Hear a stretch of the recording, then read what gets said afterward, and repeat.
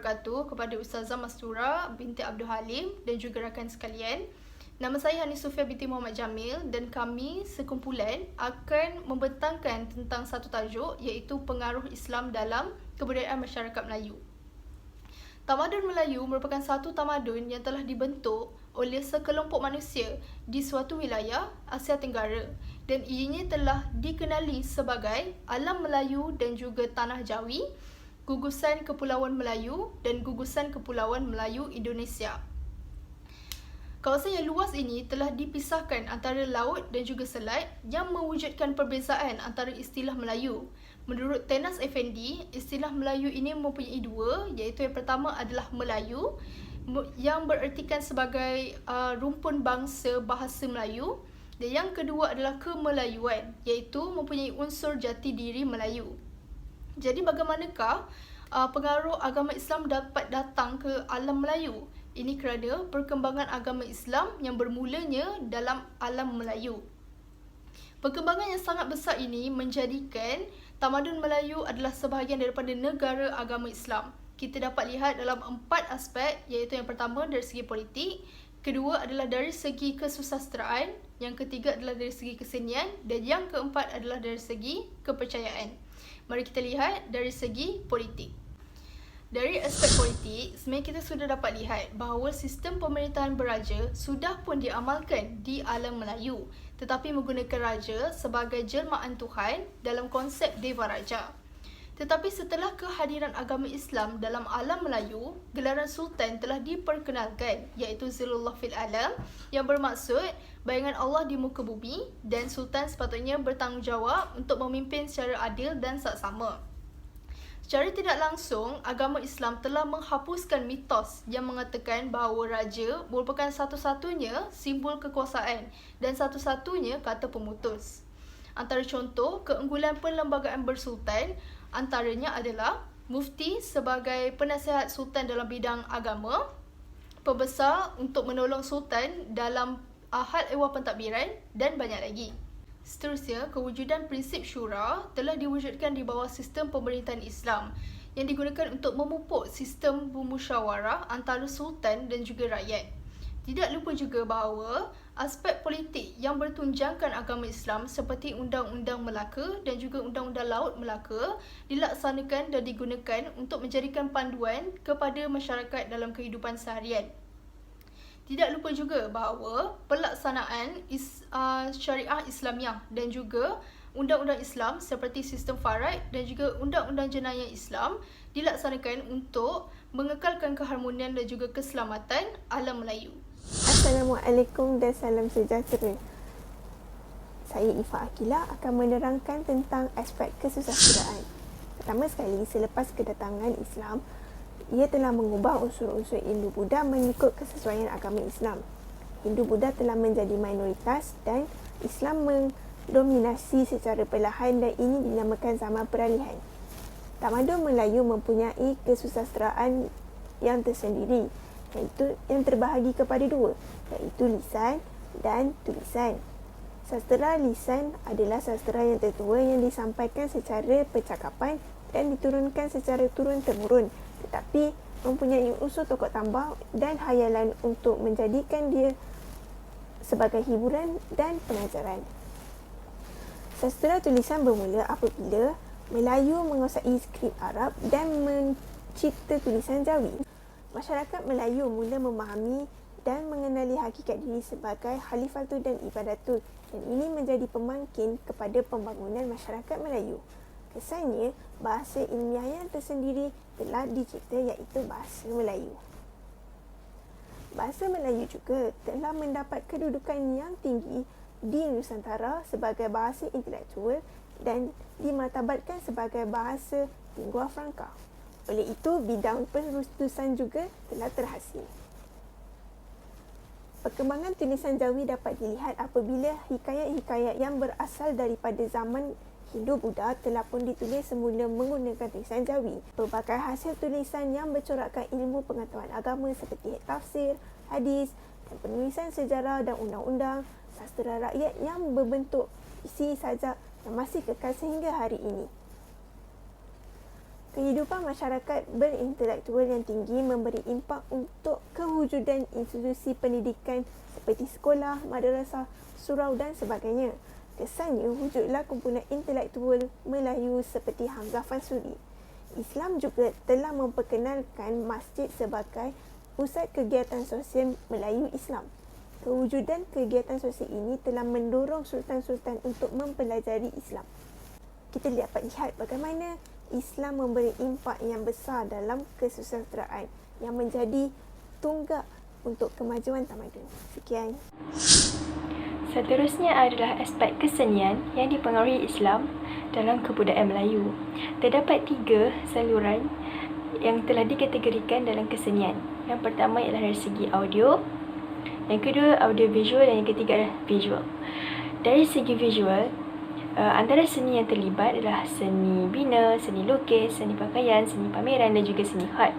Manakala dari segi audio ada seni suara, seni deklamasi dan juga seni muzik. Dan akhir sekali bagi audio visual, seni yang terlibat adalah seni drama dan perfilman, seni mempertahankan diri dan juga seni teater. Sebagai contoh untuk seni bina, kita dapat lihat masjid-masjid di tanah Melayu dipengaruhi oleh unsur bina seperti kuil, candi dan kebudayaan setempat dan juga penjajahan seperti banting.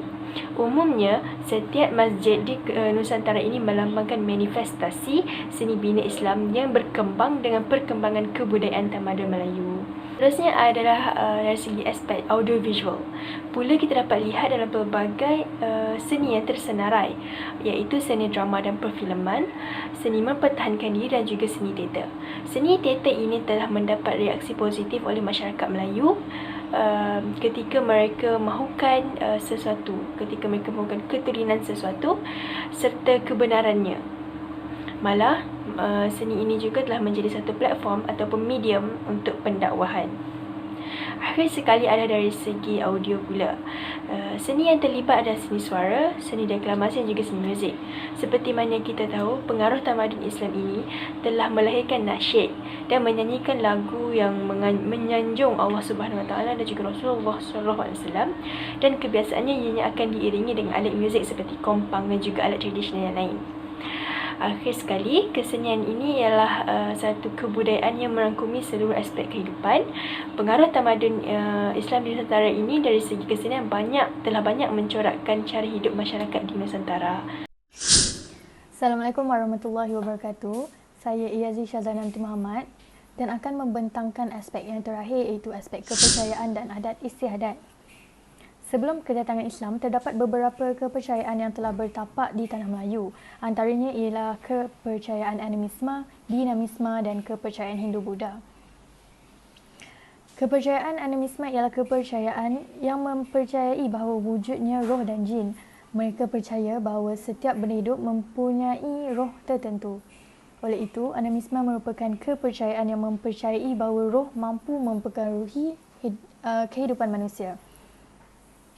Seterusnya ialah kepercayaan dinamisme.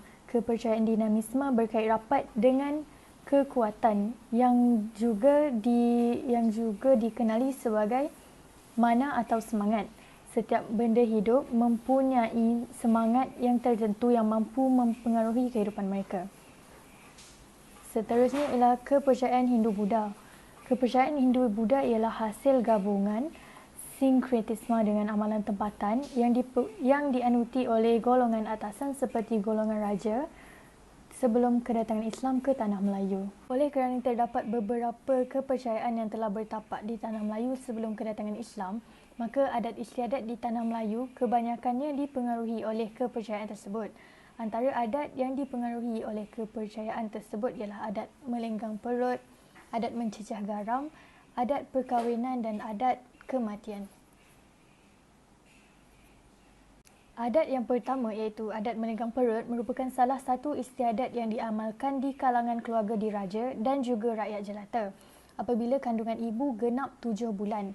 Upacara ini dilakukan oleh Tok Bidan dengan tujuan untuk membuang kecelakaan yang mungkin menimpa ibu yang bakal bersalin. Ini merupakan kepercayaan animisme pada unsur gaib. Namun begitu, di dalam Islam, adat ini tidak wujud sama sekali dan ianya merupakan unsur-unsur khurafat dan syirik. Sebaliknya, adat ini diganti dengan bacaan doa selamat untuk si ibu dan anak yang bakal lahir agar segala-galanya selamat. Adat yang kedua ialah upacara mencecah garam. Upacara ini bersamaan dengan adat Hindu yang mencecah madu dan minyak sapi ke bibir bayi yang dilakukan oleh Ibrahim supaya bayi itu panjang umur dan mendapat kebahagiaan di dalam hidupnya. Walau bagaimanapun, bagi agama Islam, adat ini diganti dengan mencecapkan air zam-zam atau kurma. Pembacaan matera yang biasa dilakukan juga digantikan dengan pembacaan surah Al-Fatihah dan surah Al-Ikhlas. Kemudian dibacakan doa memohon kepada Allah supaya memberkati hidup bayi tersebut. Seterusnya ialah adat perkahwinan.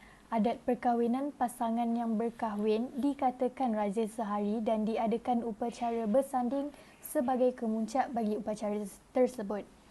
Penggunaan sirih pinang, beras kunyit dan berinai juga merupakan pengaruh Hindu. Walau bagaimanapun, adat bersanding tidak berapa digalakkan dalam Islam kerana ianya boleh membawa fitnah kepada pengantin. Walaupun unsur-unsur budaya lama seperti meminang, berinai dan bersanding masih dikekalkan oleh sesetengah orang Melayu, namun upacara itu banyak disesuaikan dengan lunas-lunas agama Islam supaya tidak bertentangan dengan ajaran Islam. Dan yang akhir sekali ialah adat ketika berlakunya kematian.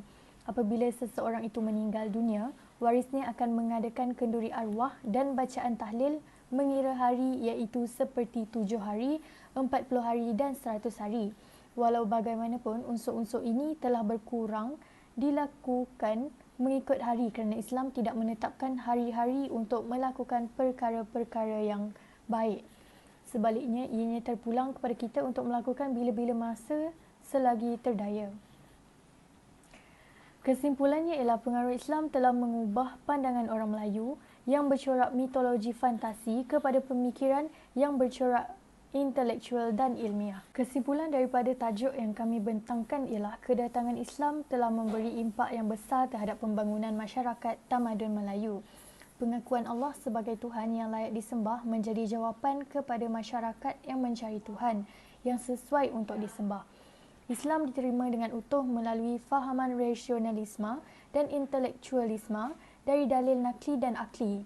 Justru itu, aspek yang mempengaruhi kehidupan masyarakat Melayu mula berubah secara perlahan-lahan seperti dari segi politik, kesenian, kepercayaan dan kesusteraan.